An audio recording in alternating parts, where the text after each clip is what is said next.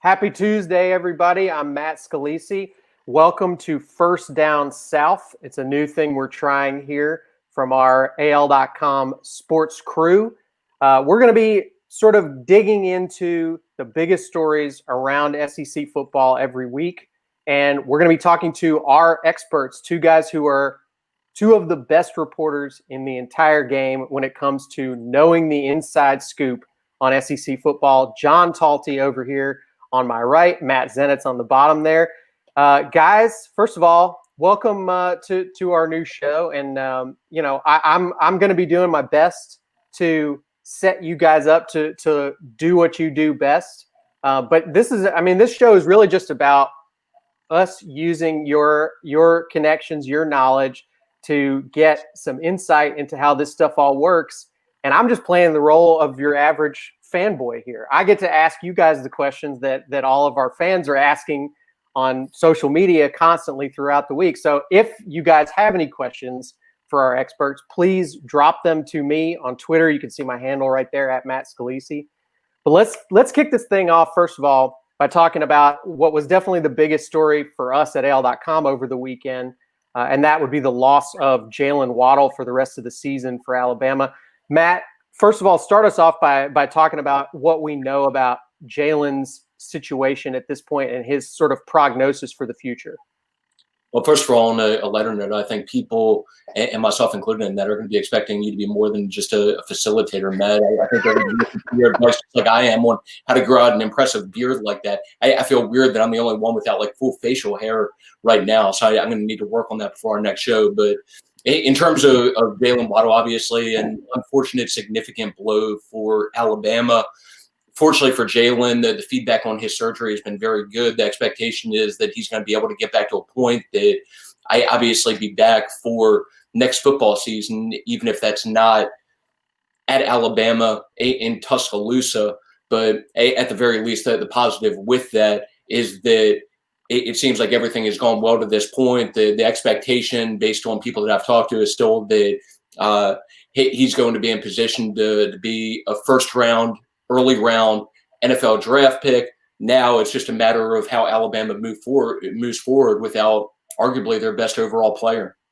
And we will get to that part of it in a second. But John, before we do that, just, you and I have over the years of covering Alabama seen a lot of injuries that look really devastating that we get concerned about for the long-term future of the player. We've also seen guys come back from stuff like that. What's sort of the immediate concern, or what are your thoughts sort of seeing Jaylen Waddle go down with the injury he had? Well, yeah, I think first off, you just worry about, him and the impact it has on him. I think somebody like that who is so electrifying and is able to do so many different things, just based on his given talents, you always worry about with an injury like this, just how that's going to impact him and in his ability to make those cuts and do all those things that he's able to do. But like Matt said, I think the prognosis is good to this point. Already had surgery and should be well positioned to be an early round draft pick. I think the big curiosity for everyone is just going to be the next time that he runs, just how he's able to move and cut and all those different things after having an injury like this.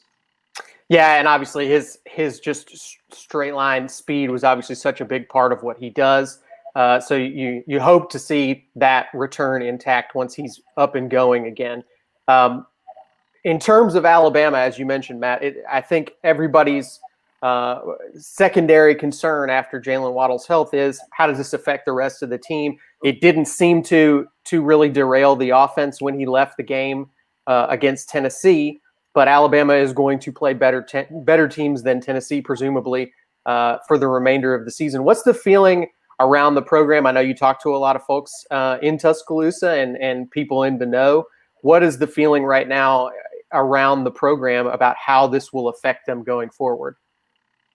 The feeling, honestly, is that they're still in great shape at receiver, even without Jaylen Waddle. So that's not to take anything away from the type of player he is, and it's obviously a significant loss. But you've seen through the first 5 games of the year the type of player, the type of talent that John Mechie is, and just had his second 150-yard receiving game of the year. So he's obviously going to be dependent on now to play a bigger role. You have Slade Bolden, who's going to step in as the slot receiver. Slade had close to a 100-yard game against Tennessee after stepping in for Jaylen Waddle. So even though it's disappointing to lose a player of that caliber in Jaylen Waddle, that there is at least a lot of optimism regarding the players that are going to be relied on now to step in and help offset that loss. I do think that obviously Slade Bolden had a great game on Saturday.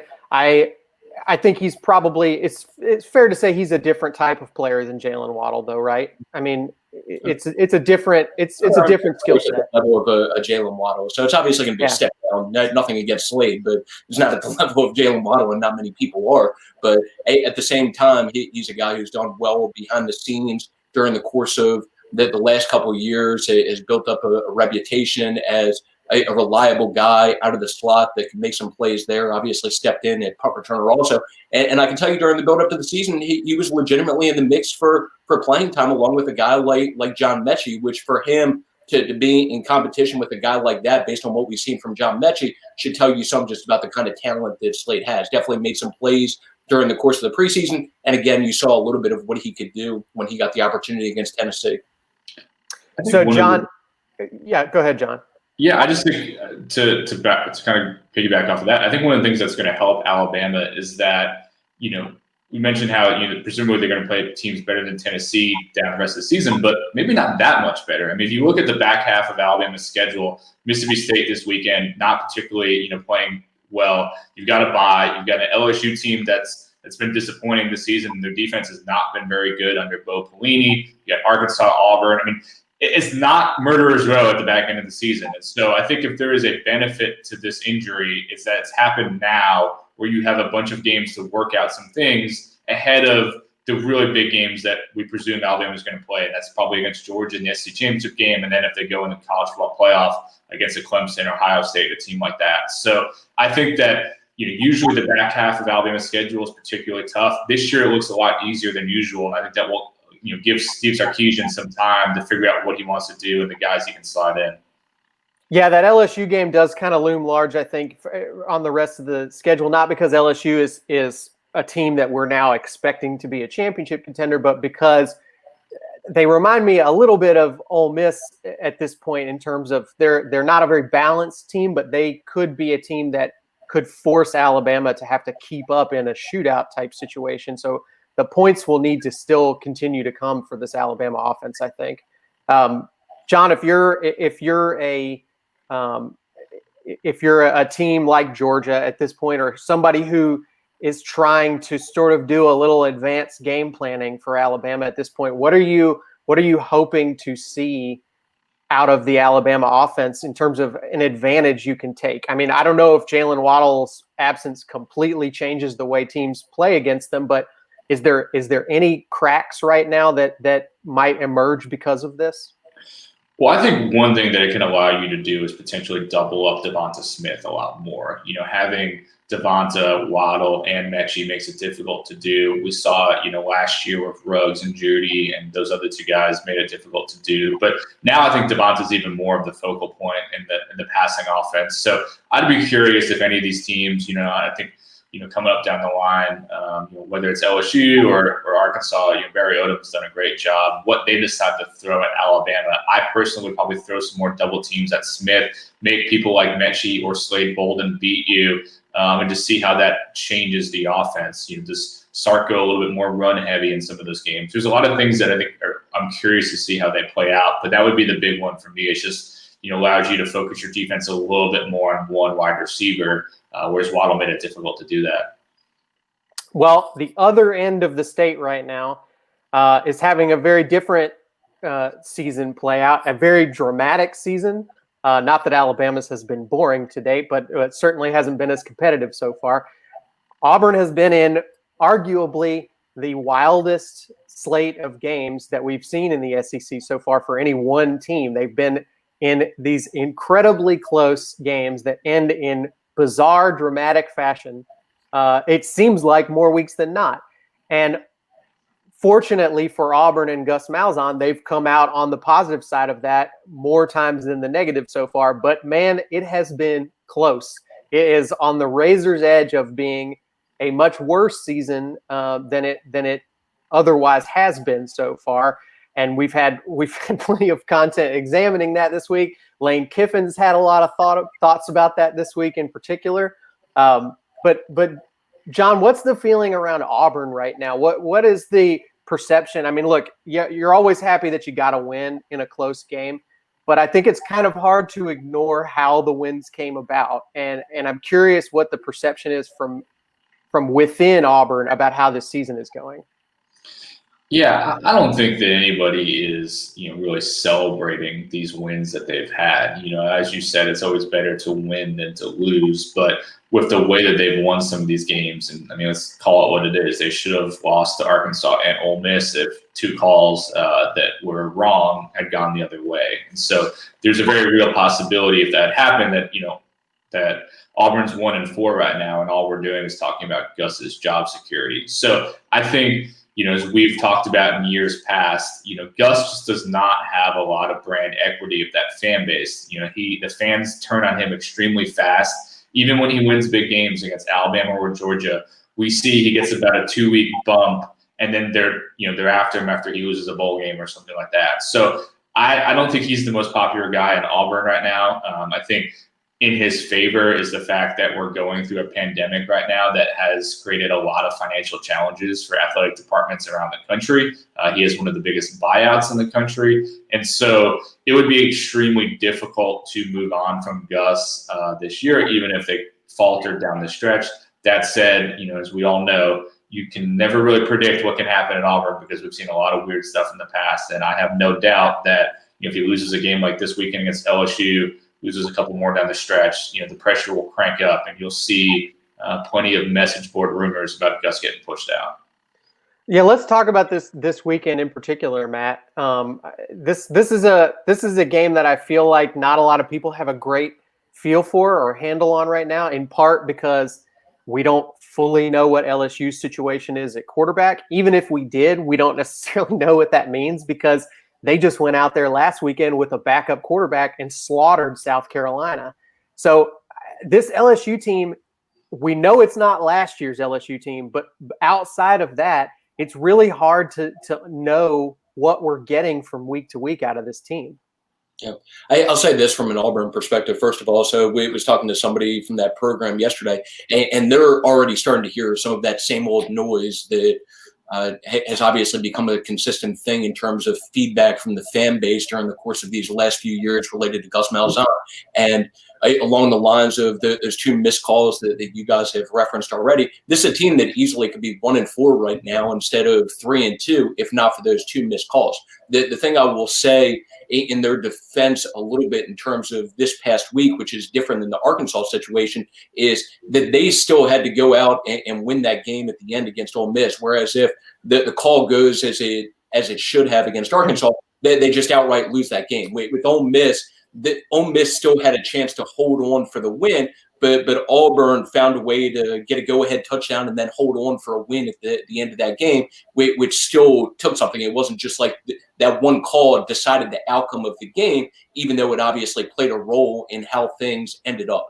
In terms of this weekend with LSU, it's going to be a very telling game for Auburn. So you saw LSU with a backup quarterback in TJ Finley take a step forward with a win against a South Carolina team that was coming off a 2-game winning streak. And not only did they win that game, but they won by 28 points and played it a very high level offensively, which the offense hadn't been the issue for them through the early part of the year, but played at a really high level, even without their starting quarterback in Myles Brennan. The interesting thing will be with LSU is whether they continue to take steps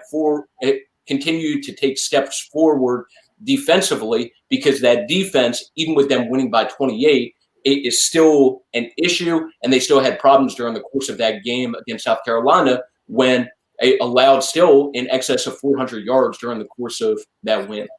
So let me zoom back out and talk about Gus's job security specifically here, because I think as John talked about, we're in a unique situation where we're talking about a guy with a $20 million plus buyout right now, and that's before you ever even get to Auburn's going to have to go hire a new coach if they decide to make that change, which is going to cost a lot of money additionally. This is not a time when a lot of people have tons of money laying around, whether it's athletic departments or the boosters that usually end up paying for this stuff. Boosters get their money from a good economy. We're not in that situation right now.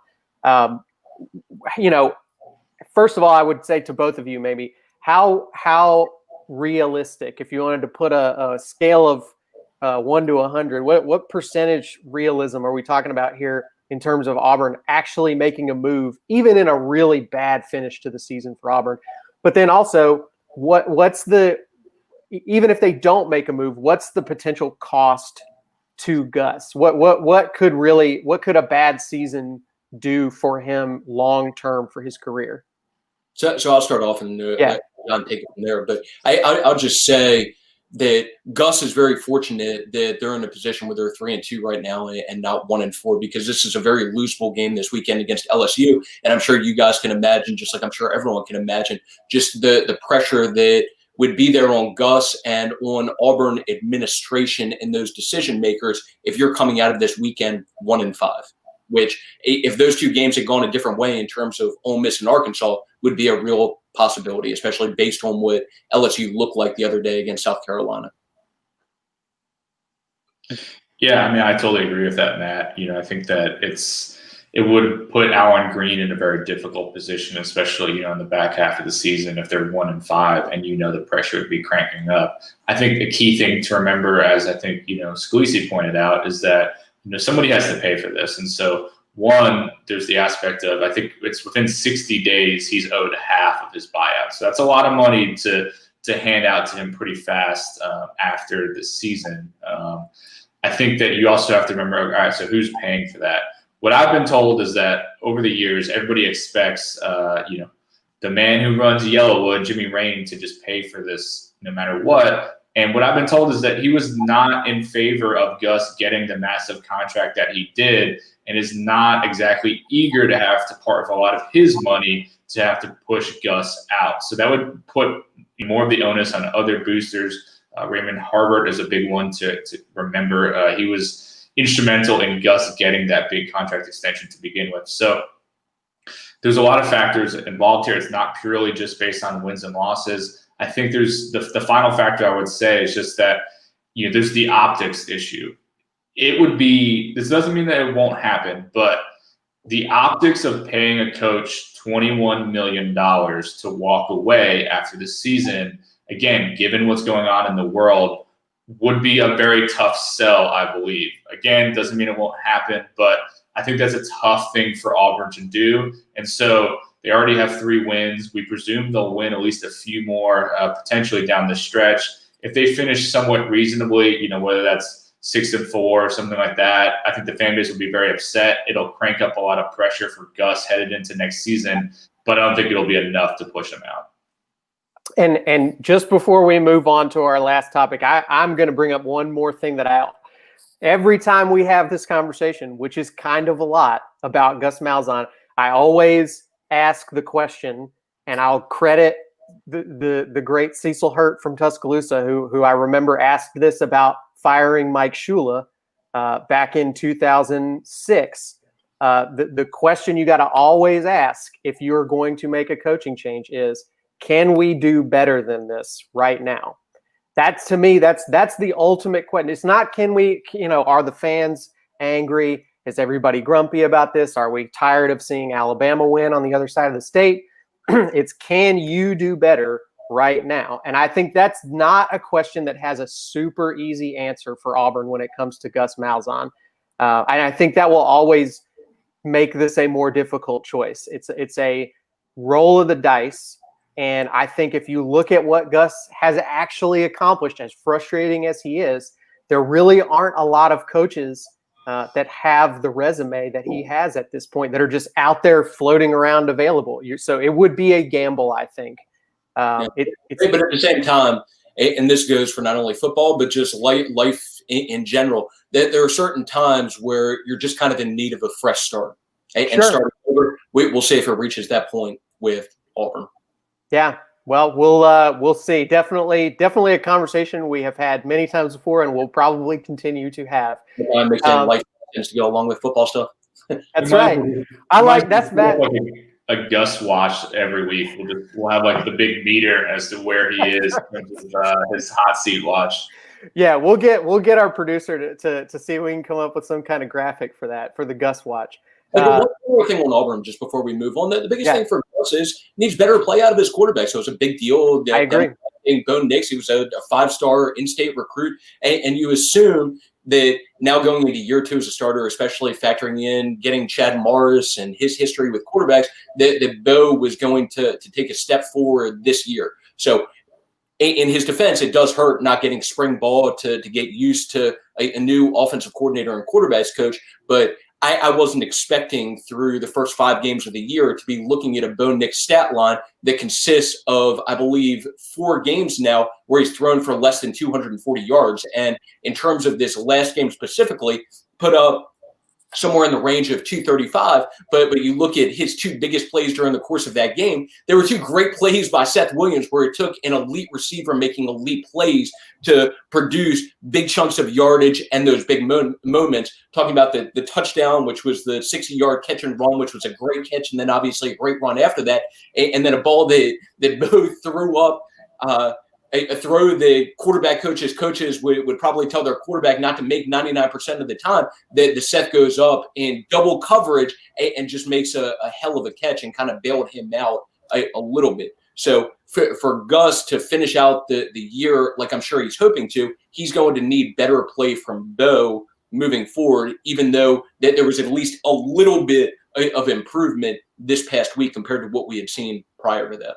And those mediocre numbers coming in a year in the SEC where we've seen incredible offensive numbers throughout the league, which I'll use that as our segue to our next segment, which we're going to be talking about the entire conference as a whole. It's been a very weird year. It's been a hard year to predict and foresee some of the stuff we've seen happening. And I want to know from you guys, what are your biggest surprises and disappointments so far of the SEC season? Let's start on the positive note and go with you first, John. What's been a nice, pleasant surprise for you in this SEC season? Well, for me, I think it has to be Arkansas and the job that Sam Pittman has done. I think Arkansas fans have been very eager to point out to me that I was not a big fan of this hire. It's kind of what we're talking about a little bit with Gus earlier, to pay Chad Morris all of that money. I think it was $10 or $11 million buyout. I expected them to make a big hire after that. They hired Sam Pittman after kind of a long, meandering hiring process, and I just didn't think it was a winning hire. Now, there's still a lot to happen before it becomes a truly winning hire, but to this point, I think Arkansas has played very hard. We've hit on it multiple times today. They should have beaten Auburn rightfully, and they've gotten multiple wins. In addition to that, at this point, I just think that they've done a very good job. They're much more competent than some of these other teams we've seen so far, and I think he deserves a lot of credit for making strong hires. I think as more and more coaches become CEO-type head coaches, in order for that to work, you have to have some really great lieutenants. And I think Sam Pittman did a great job hiring Barry Odom, who's one of the nation's best defensive coordinators. He's done a terrific job so far. And I think Kendall Briles has brought something to the Arkansas offense that we certainly did not see under Chad Morris. So Arkansas, to me, has been impressive. Still a lot of season to go. We'll see how they play in some of these games coming up. I think this weekend's a big one against Tennessee. But overall, at the midway point, I really like what Arkansas has done. Probably going to be pretty hard for Arkansas to hold on to Barry Odom after this season, but we'll see. At least they've started building some good momentum for the future. Matt, what about you for a positive surprise? Well, first of all, it was just funny. While John was going through that explanation, I was just thinking about how excited Ron or Saban, our friend's going to be listening to that. And he'll probably just utter out uncontrollably a woo pig suey just listening to all that positive feedback from John. But, it's on a serious note, Arkansas has legitimately become, along the lines of America's team, it's a team that you have to feel good about. It's a great story. And realistically, or should be 3-1 right now, if not for that botched call at the end of the Auburn game. It's been a ridiculous, impressive turnaround, especially considering what the state of the program was heading into this year. In terms of a positive, we talked about some of the negative things with the Auburn program that they're dealing with right now and the state of the program there. But one of the great developments for them, which has been something that's been really impressive to watch these last few weeks, has been the emergence of their freshman running back, Tank Bigsby, who has been clearly, to me, one of the more impressive running backs in the country through this part of the season. So he's really started to get more opportunities during the course of the last 3 or 4 weeks, has taken over the starting job there, has become a big factor for them. And now, as his opportunities have grown, has produced 3 straight 100-yard rushing games for them against obviously all SEC teams, becoming only the third running back in Auburn history to post 3 straight 100-yard rushing games against SEC teams, joining some company that's not too bad in terms of 2 other guys who are Bo Jackson back in 1982 and then Michael Dyer in 2010. It's not bad company to be in as a running back. And then to go along with that, in terms of those 3 straight 100-yard rushing games, became the first freshman SEC running back to accomplish that since Benny Snell in 2016. Well, Matt, since I've got you standing in front of that brick wall that makes you look like a stand-up comedian, let's go to the other side of it. Break through it. So. Yeah, I'm gonna make you an insult comic now and ask you for your biggest disappointment of the season so far.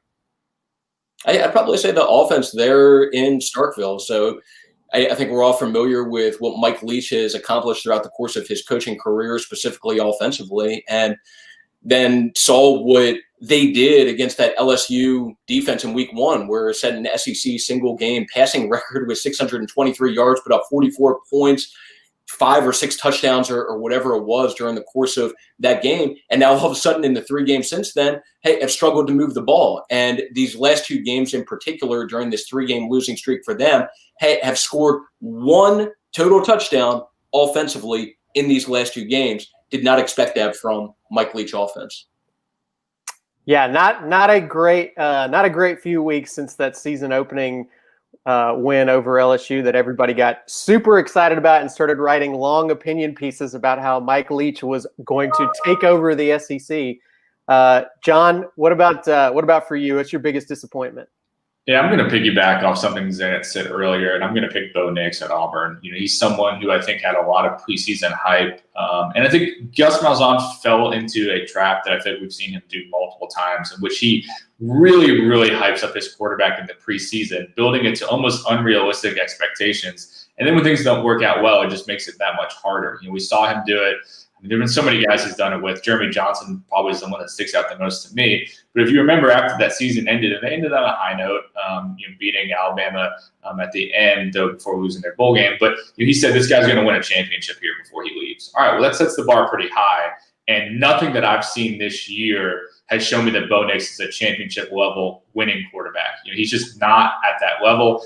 He makes far too many mistakes. He does not seem particularly comfortable in the pocket. He wants to run too much, isn't going through his reads. And it just seems like he forces at least 1 or 2 mistakes every single game that can prove very costly. So I think right now, people have viewed him as one of the best quarterbacks in the SEC heading into this season. I think he's middle of the pack at best, possibly even lower. Certainly not the best quarterback in the state of Alabama.